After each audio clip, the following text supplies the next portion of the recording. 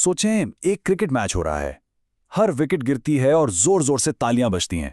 पर क्या हो अगर हर विकेट गिरने पर तालियों की जगह किसी की चीख सुनाई दे? आइए आज एक ऐसी ही कहानी सुनते हैं जहां क्रिकेट का ग्राउंड असल में मौत का मैदान बन जाता है। हर गेंद में छुपा था मौत का एक दौर। वाकई ये सिर्फ शायरी नहीं है, ये तो उस पूरी खौफनाक कहानी का आप समझ लें निचोड़ है। एक ऐसा अजीब खेल जहां स्कोरबोर्ड पर रन्स नहीं लिखे जा रहे बल्कि जिंदगियां लिखी जा रही हैं। तो देखते हैं कि यह मनहूस सिलसिला आखिर शुरू कहां से हुआ। अक्सर खौफनाक कहानियां कहां से शुरू होती हैं? किसी ऐसी जगह से जिसे दुनिया भूल चुकी हो। बिल्कुल, हमारी कहानी भी एक ऐसे ही घर से शुरू हो रही है। दादा का पुराना घर, जहां दीवारों पर धूल जमी है और हवा में जैसे पुरानी यादों की खामोशी है। और हाँ, सबसे जरूरी बात, बाहर की दुनिया से कांटेक्ट का कोई जरिया नहीं है। तो इस घर में है कौन कौन? चलिए मिलते हैं उनसे। सबसे पहले है आस्था, बड़ी बहन, काफी समझदार और हिम्मत वाली। फिर है उसकी छोटी बहन कल्पना, जो बस इस बात पर परेशान है कि फोन के सिग्नल क्यों नहीं आ रहे। और आखिर में है उनका कजिन पीयूष। उसको तो बस एक ही धुई सवार है, आईपीएल का फाइनल मैच। ये तीनों इस पुराने घर की खामोशी में कदम रखते हैं, बिल्कुल बेखबर कि ये खामोशी बहुत जल्द टूटने वाली है। यहां तो नेटवर्क भी नहीं है।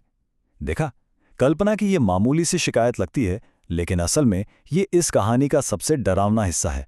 मतलब वो फंस चुके हैं। सोचिए, अगर कुछ गलत हो गया तो वो किसी को बुला भी नहीं सकते।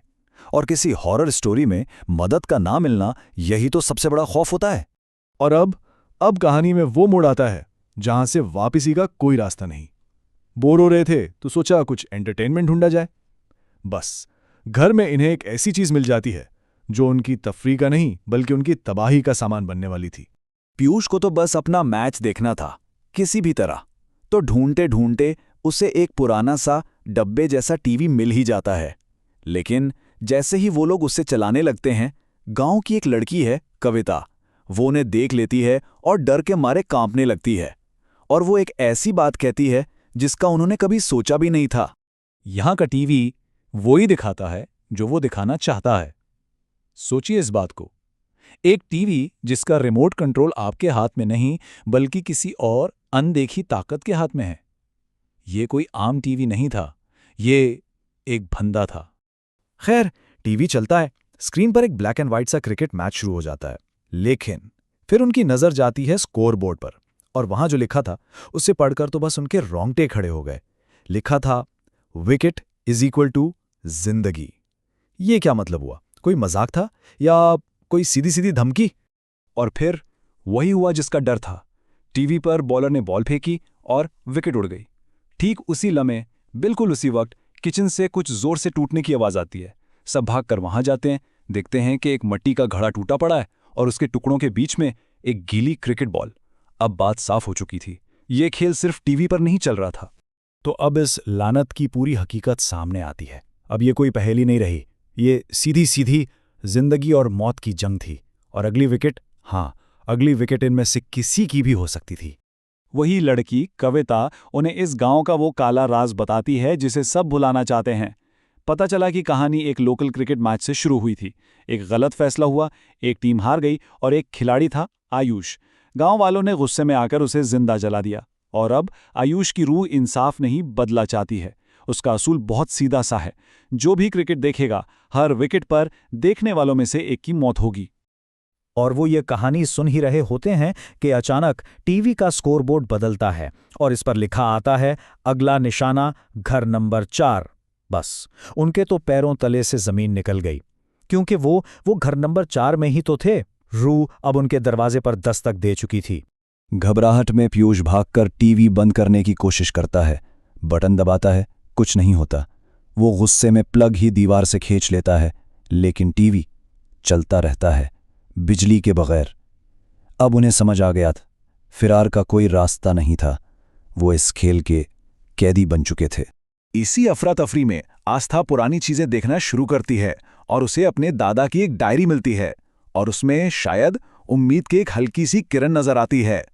लिखा था, खेल तभी रुकेगा जब एम्पायर अपना फैसला बदले। लेकिन एक बहुत बड़ा मसला था, इस मैच का एम्पायर तो कब का मर चुका था। तो अब फैसला कौन बदलेगा? और तभी बिल्कुल उसी वक्त आस्था की नजर पीयूष के हाथ में पकड़े क्रिकेट बैट पड़ जाती है। इस पर धूल में लिपटा एक पुराना सा सिग्नेचर था। वो उसे साफ करती है और इसका दिल बैठ जाता है। ये सिग्नेचर इसके दादा के थे, वही दादा जो इस मनहूस मैच के एम्पायर थे। और बस इसी लम्हे आस्था को सब कुछ समझ आ जाता है। एम्पायर मर चुका था, हाँ, लेकिन उसका खून, फैसला करने का हक वो जिंदा था आस्था के अंदर। और वो कहती है, मैं एम्पायर की वारिस हूं। अब ये सिर्फ बचने की जंग नहीं थी, अब ये इंसाफ करने की जंग थी। तो कहानी अब अपने क्लाइमैक्स की तरफ बढ़ रही है। आस्था अपनी सारी हिम्मत जमा करती है और उस रूह का सामना करने जाती है ताकि इस खौफनाक रात का खात्मा हो सके। आस्था सीधा उस टीवी के सामने जाकर खड़ी हो जाती है। अब वो डर नहीं रही, वो एम्पायर के इख्तियारात को इस्तेमाल करती है और पूरी ताकत से चलाती है। मैं इस खेल को खारिज करती हूं, मैं इसे नो बॉल करार देती हूं। ये सिर्फ अल्फाज नहीं थे, ये एक ऐसा फैसला था जो वक्त से भी ज्यादा ताकतवर था।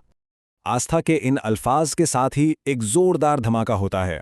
टीवी की स्क्रीन टूटकर बिखर जाती है, कमरे की वो बर्फ जैसी ठंडक खत्म हो जाती है और वो खौफनाक साया गायब हो जाता है। बाहर सुबह हो रही थी, डरावना ख्वाब खत्म हो चुका था।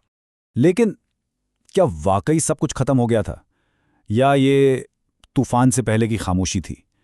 कहानी का आखिरी हिस्सा हमें बताता है कि कुछ खौफ ऐसे होते हैं जो इंसान का पीछा कभी नहीं छोड़ते। अपनी गाड़ी में इस गांव से बहुत बहुत दूर वो लोग आखिरकार सुकून का सांस लेते हैं। थोड़ा हंसी मजाक शुरू होता है। पीयूष अपना टैबलेट निकालता है कि चलो अब असली आईपीएल फाइनल का स्कोर ही देख लिया जाए। आखिर अब डरने की क्या बात थी, सब कुछ तो ठीक हो गया था। लेकिन जैसे ही स्पोर्ट्स ऐप खुलती है, स्क्रीन पर एक हेडलाइन आती है जो उनकी सारी खुशी को दोबारा खौफ में बदल देती है। लिखा था, खबर, खराब मौसम की वजह से फाइनल मैच मुलतवी कर दिया गया है। एक लम्हे के लिए गाड़ी में सन्नाटा छा जाता है।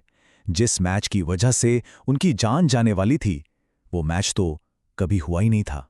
तो फिर हमने क्या देखा? ये सवाल गाड़ी की खामोशी में गूंजता रहता है। अगर वो असल मैच नहीं था, तो फिर वो क्या था? ये एहसास कि वो किसी भूत के नहीं, बल्कि उसके अपने बनाए हुए खेल के कैदी थे, ये एहसास किसी भी भूत से ज्यादा डरावना था। और कहानी यहां पर एक आखिरी और शायद सबसे खौफनाक मोड़ के साथ खत्म होती है। कल्पना के फोन पर एक मैसेज टोन बजती है। वो उसे खोलती है और फोन से वही जानी पहचानी कमेंटेटर की आवाज एक सरगोशी में कहती है, अगला ओवर अभी बाकी है। वो इस घर से तो निकल आए थे, लेकिन इस खेल से शायद कभी नहीं निकल पाएंगे।